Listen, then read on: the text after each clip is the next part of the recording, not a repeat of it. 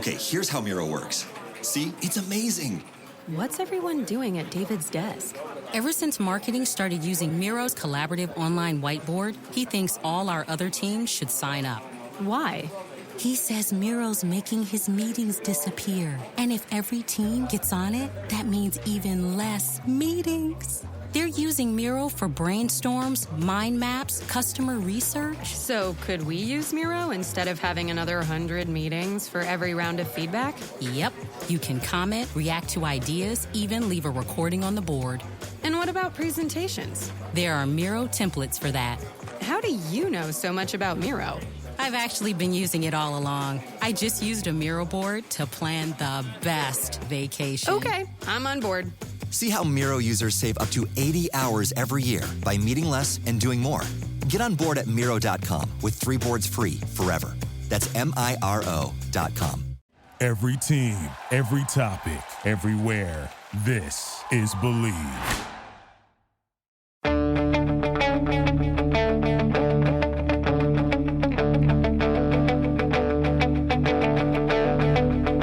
Ich warte seit Wochen auf diesen Tag und tanz vor Freude über den Asphalt. Als wär's ein Rhythmus, als gäb's ein Lied, das mich immer weiter durch die Straßen zieht. Komm dir entgegen. Hello and welcome to Gegenpressing, the Bundesliga podcast. This is the preview show. I'm Manu Fate, he's Stefan Bienkowski. And Stefan, how's it going? Yeah, very, very well. It's now towards the end of the week. I was just saying to you before we start recording, it feels like this week has just flew by. Yeah. And all of a sudden, another Bundesliga match day is upon us, and one with a huge number of important games, actually. It's just, I can't wait, to be honest with you. But we should just get stuck into it, I suppose. But how are you doing?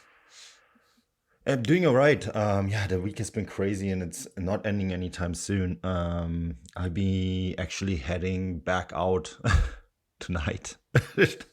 Flying to St. Louis tomorrow morning from Vancouver for the opening game, right? Their first ever game in MLS at home. So there will be some content on Transfermarkt. Obviously, I know we have a lot of listeners from St. Louis. This is pretty much the only reason I'm mentioning this. So the week has been flowing by, but it doesn't seem to end anytime soon either, if you know what I mean. We're really looking forward to it, obviously. Live football is still the best, no matter where in the world it's played, and a stadium opening for competitive fixture is always a fascinating occurrence. So, but yeah, it's been crazy. I can't wait to just spend a spell in the same time zone. Yeah, I've got a few trips lined up as well. Unfortunately, they've got nothing to do with football. Actually, they're just related to trips that have been planned around Europe. And yeah, it just seems like that time of year where you just never spend more than 2 weeks in the same place. Yeah. Well, we'll figure it out. It's part of it all, I guess. But yeah, we should get stuck into it because this Bundesliga match day is actually really fascinating. There's a lot on the line. We both have our matches of the week picked. So let's get stuck into it after this break. This episode of the Gegenpressing podcast is brought to you by BetOnline. BetOnline remains your number one source for all your sports betting this season. Everything from pro and college basketball to UFC, MMA, and more. You always find the latest odds, team matchup info, player news, and game trends at BetOnline. With live betting options, free contests, and live scores for almost any sport or game imaginable. BetOnline is truly the fastest and easiest way to bet all your favorite leagues and events. Head to the website today or use your mobile device to join and receive your 50% welcome bonus with your first deposit. Make sure to use the promo code BELIEVE, BLEAV, BELIEVE, to receive your rewards. BetOnline.ag, where the game starts. Yeah, Stefan, obviously this Friday match we said a few weeks ago, Friday, never anything good happens on a Friday in terms of Bundesliga games. It's a little different this week. The league kicks off with the biggest match on Friday night. Dortmund host Leipzig. This is your match of the week, so I'm going to let you take it away. Yeah, I mean, it's an easy match of the week, obviously. You know, we're talking about second versus fourth here. Two teams who are technically in the title race. Whether either of them's willing to admit it or not, I'm not sure. But,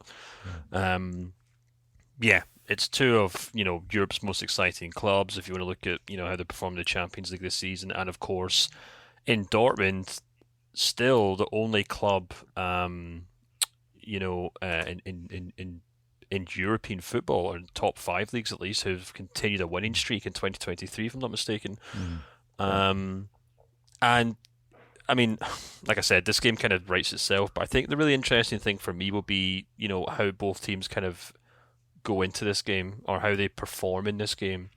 You know, I think it's understandable if people want to make Dortmund favourites for this tie. You know, obviously their kind of current run speaks for itself. They have a very good home record, which even precedes this kind of good run. Even when they were kind of quite shaky at the start of the season, they could still kind of rely on that home record. And, you know, and they've obviously just got players who are scoring for fun right now.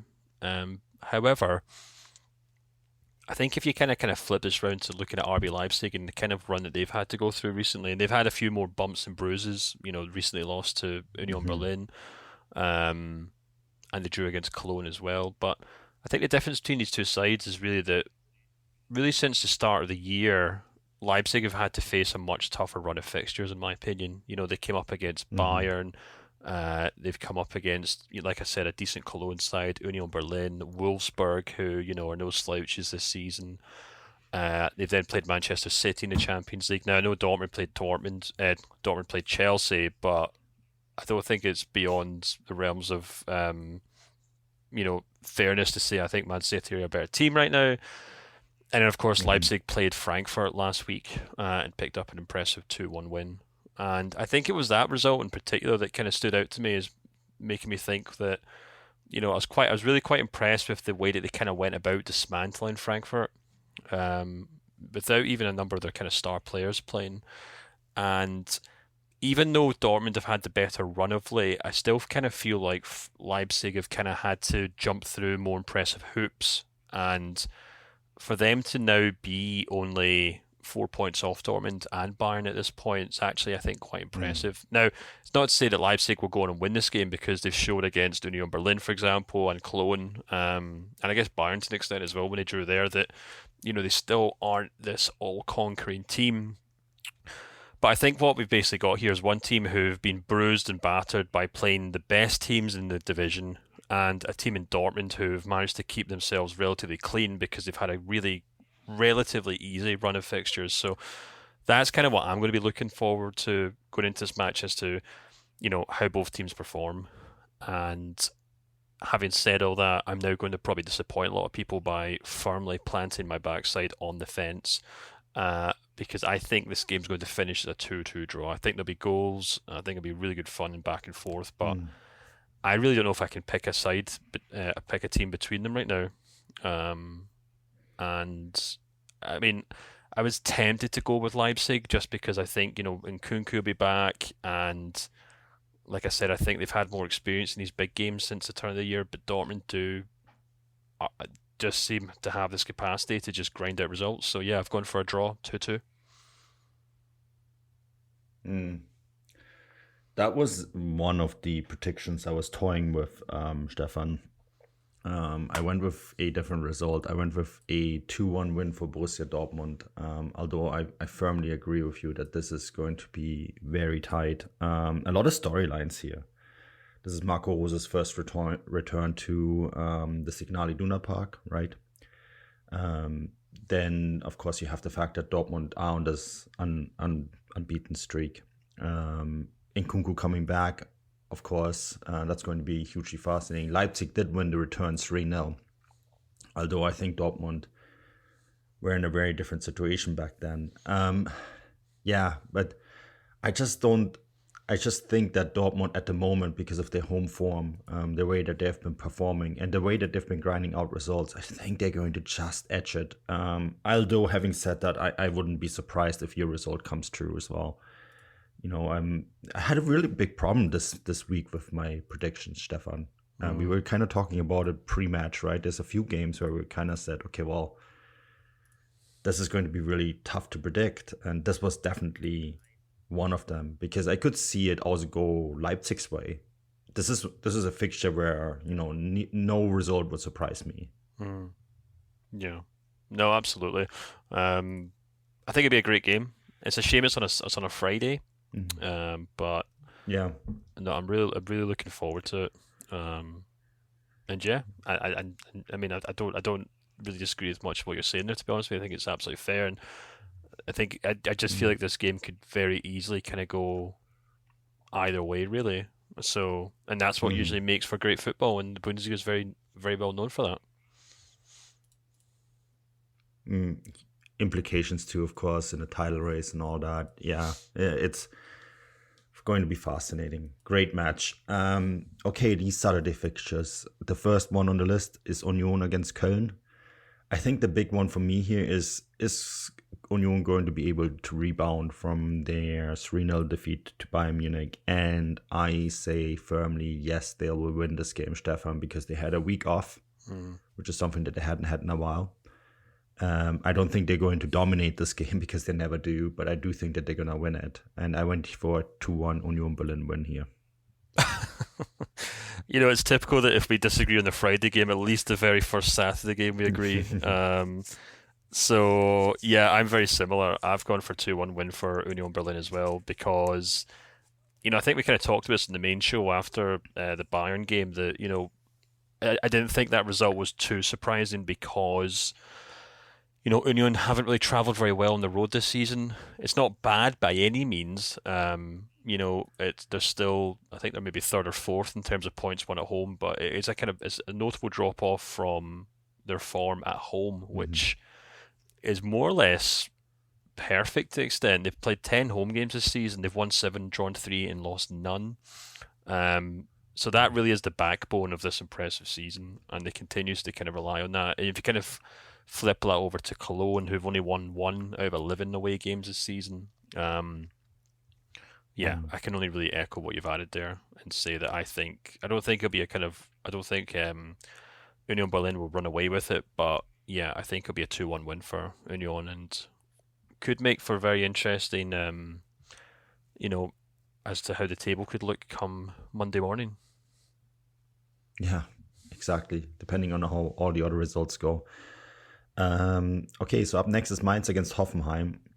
Did you know that Mainz has never scored more goals against any other Bundesliga team than Hoffenheim? I just read that today. 50. And I think they're going to add, because I actually think that Mainz are going to beat Hoffenheim 2-0. Interesting. I've actually gone for a 2-1 win for Mainz, but I completely agree with you. They're now 3 games on the bounce with a win.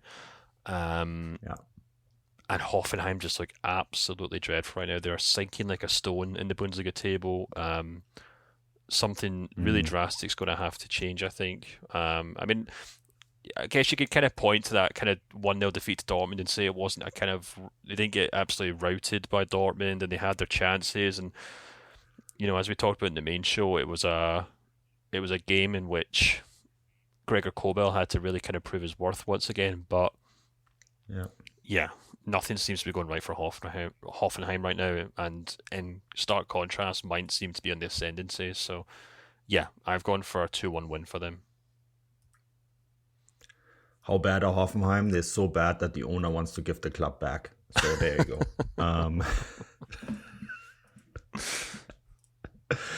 I know that's mean. Okay, so next, Gladbach against Freiburg.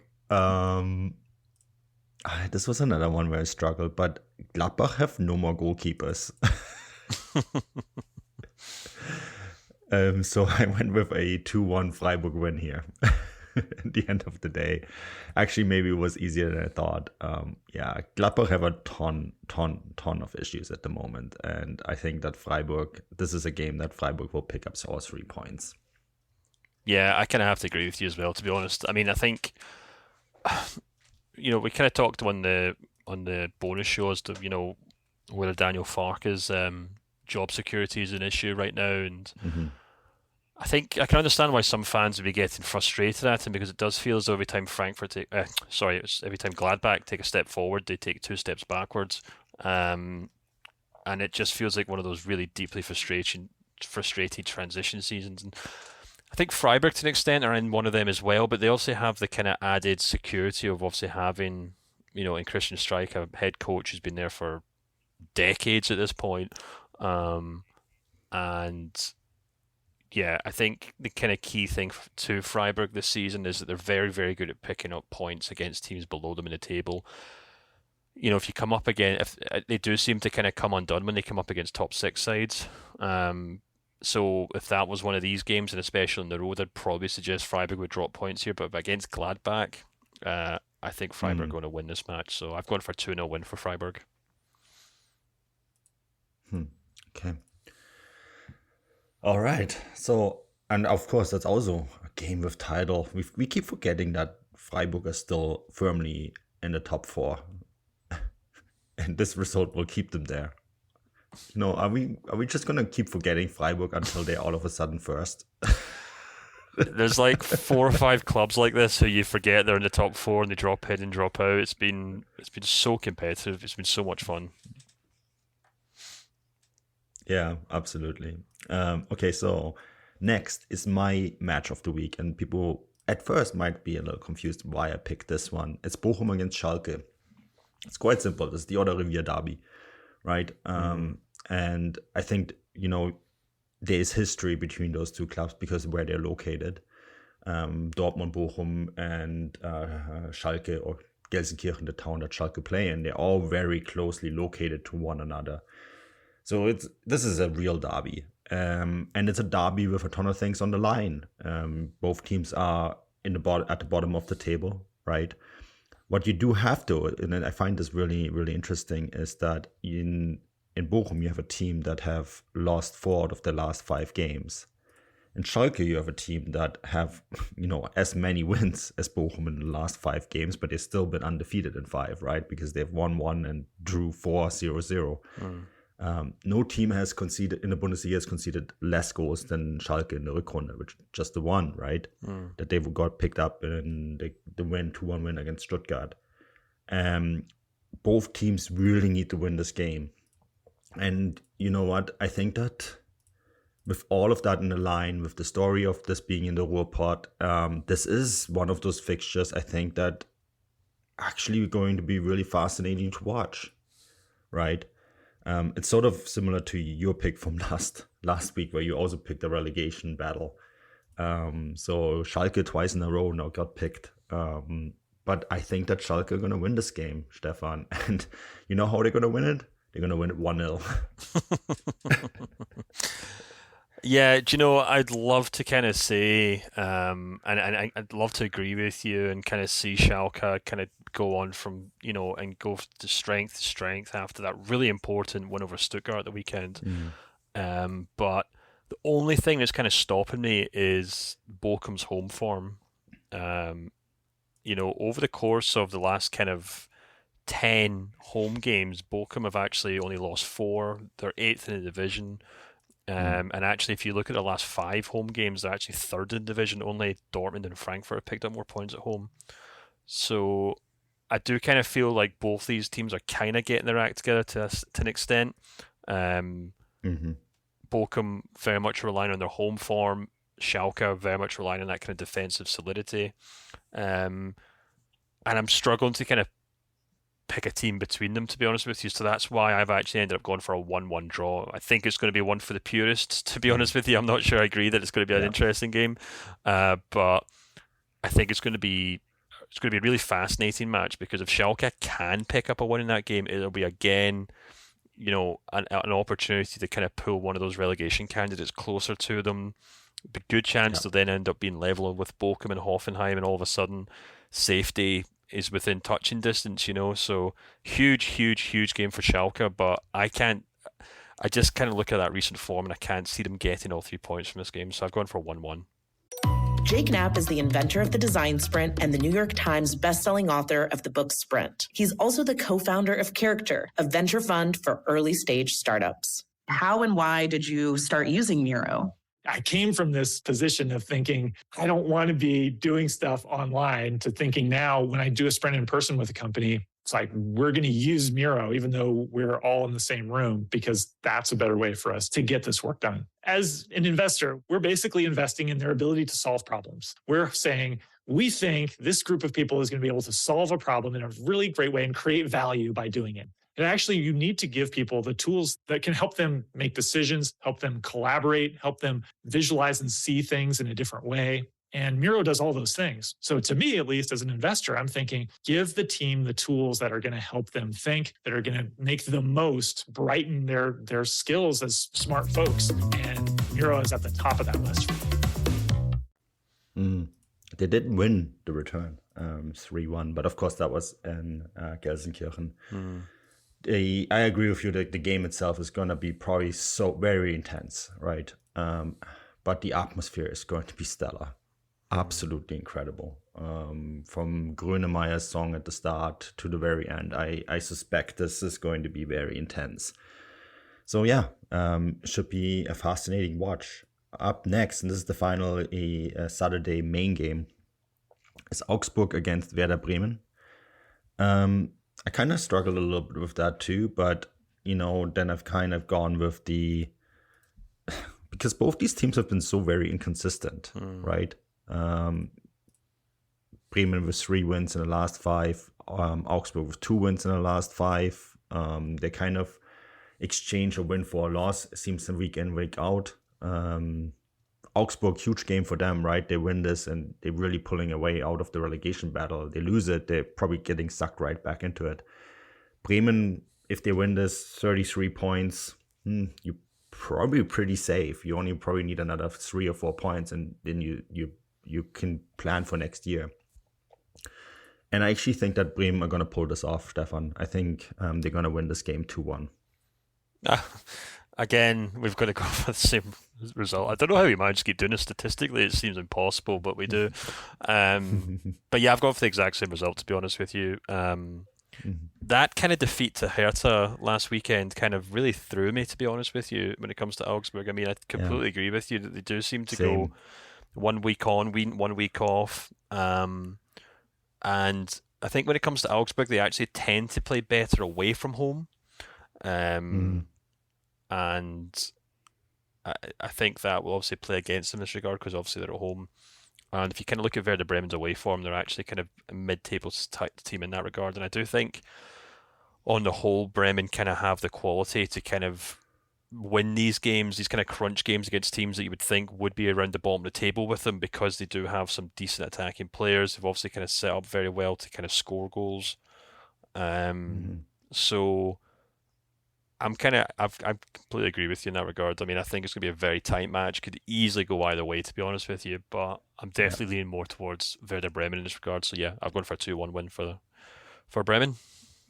And again, we don't tell each other what we tip. This is a complete chance. Oh well. Okay, so the Topspiel, Südwestschlag, as they say in German, right?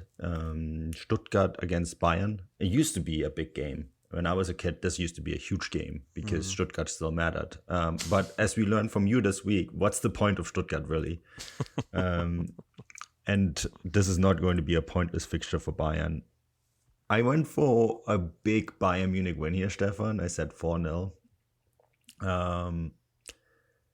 Then I just pulled up the app, the Bundesliga.com app. And did you realize that Bayern actually dropped points in their last 2 home games against Stuttgart? It's incredible. That is incredible, actually. Despite that, I still think they're going to win this game very comfortably, to be perfectly honest with you. I watched Stuttgart play Schalke last weekend, and they were so slow out the gates. They were very slow in the first half. They kind of turned it on a bit in the second half when Borussis also was kind of gifted a goal. On the whole, though, they were just so disappointing. And against a Schalke team who hadn't scored in about 4 or 5 games before that, they conceded a lot of chances. They conceded 2 goals. One of them a back heel in the box, which just goes to show how open they are in defence right now. And I think Bayern are going to have an absolute field day here. So I've gone for 3-0 just to be polite, but it could easily be 4 or 5, I think.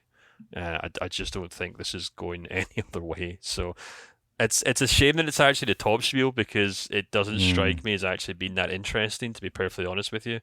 But like you said, historically, it's always been a big fixture. And of course, a lot of people in Germany will probably be watching it as well. So that's understandable. But yeah, I don't think it's going to be much of a contest. No, unfortunately not. Watch it though. Now Bayern are going to drop points now that we all predicted them to smash Stuttgart. Going to throw us an absolute curveball here. Okay, so that gets us into the Sunday fixtures. They were tricky too. They were really tricky. So the first one is Leverkusen against Hertha. I'm curious what you think, but I just went for a 2-1 Leverkusen win here. Yeah, I'm more or less along the same lines. I mean, I do feel like this could be a potential banana skin for Leverkusen, which they've continued to step on throughout the season, to be honest with you.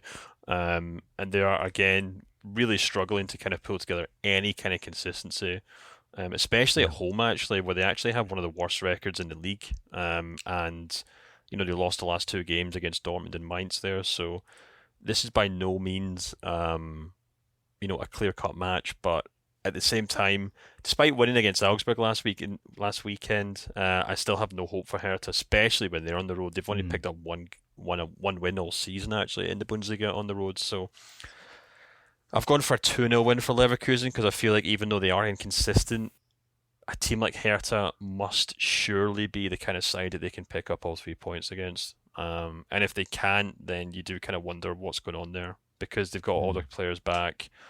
More or less. Florian Wirtz is flying. And yeah, they should have more than enough to beat Hertha here. I guess we'll have to wait and see, but yeah, I've gone for 2-0 win for Leverkusen. Yeah. Okay, so that gets us to the final fixture. Wolfsburg against Frankfurt. And I went for a 2-0 Frankfurt win here. And the reason I did that is because Frankfurt finally had a week off. And I do think that when they are rested, they are a top 4 team in the Bundesliga. And I just cannot say the same thing about Wolfsburg at the moment. Yeah, so I must admit, I really struggle to kind of pull these teams apart, to be honest, because, right now, Frankfurt's kind of run on the road's actually pretty dismal, to be honest. They haven't won any of the last 5 away games. We kind of mentioned before at the top of the show that defeat to Leipzig at the weekend, in which I felt like Frankfurt were just completely out of answers. They had no idea what they were. They just weren't even really able to match Leipzig at all. And even if you want to go beyond that, there's the defeat to Cologne. And there's been draws leading up to that, before that as well. So I don't really have a huge amount of hope for Frankfurt to kind of be the consistent clinical team that they have shown to be at points this season. But I just feel like they haven't really got enough about them right now. I'm trying to think of other words except for exhausted, because that's just the word I've been using to describe Frankfurt the last 2 or 3 weeks. I don't think it's probably the right word, but they haven't looked great. And although Wolfsburg also haven't looked great, just kind of in general, to be honest with you, recently, they are still doing okay this season. They picked up a good win against Cologne at the weekend, or last weekend rather, and I feel like there's enough about Wolfsburg to maybe cause Frankfurt some trouble, to be honest with you. So I think it's going to be a high scoring game, and I think this match day will end the way it has started, or the way it will start, which is a 2-2 draw. So I've gone for a 2-2 draw in this game, as I have done for the Friday night game. Well, we'll see. I do think that 1 week off will have done Frankfurt a lot of good. But of course, we'll have to wait and see. Want to add real quickly, because we didn't touch on this on the transfer show midweek. Frankfurt are on the verge of signing Houssem Aouar from Olympique Lyon. That's a huge transfer, Stefan. Yeah, I think so. I mean, we'll have to kind of wait and see whether it comes through or not. It'd be interesting to see what kind of state he's in, because I feel like his kind of status is kind of diminished in recent years, to be honest with you. He hasn't had a very good season at Lyon at all, to be perfectly honest with you. So I'd be interested to see if he is the same sort of player that was getting linked with all sorts of clubs in the past. But yeah, I mean, we kind of talked about this in the transfer show, that Frankfurt have this ability to kind of swoop in for these kind of, they're quite good at, fishing around the bargain basement or the bargain bucket, or going to these kind of, yard sales and finding old PlayStations or something and refitting them and getting them back to what they used to be. That's kind of how I think of Frankfurt in the transfer window, and this guy's fits that role perfectly well. So yeah, it could be a really big signing for them, but we'll have to wait and see if or when it comes off.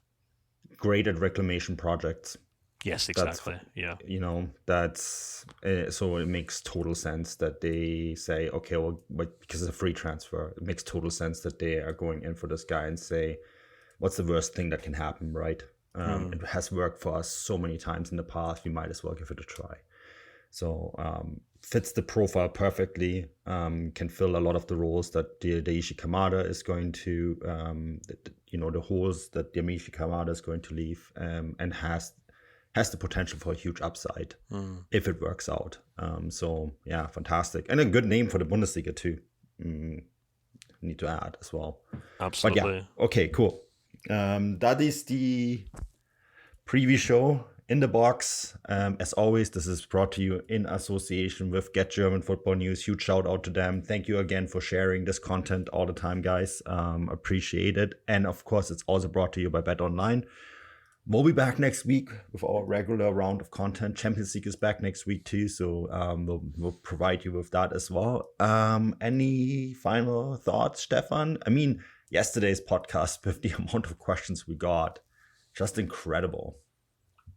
Yeah, absolutely.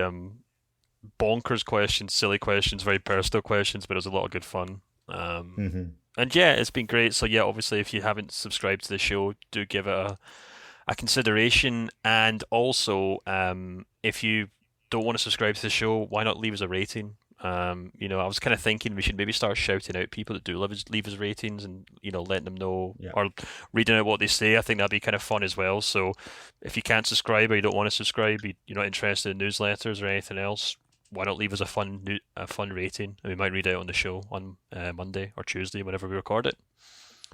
Yeah, absolutely. Definitely would appreciate that. And of course, if you do join, as we said, we had 35 questions just from the Substack community.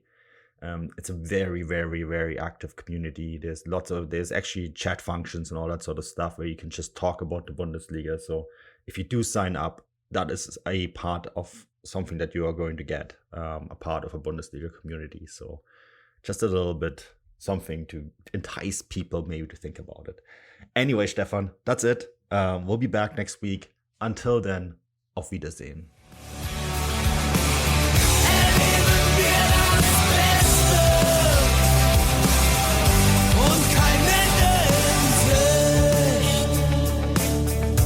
Kein Ende in Sicht.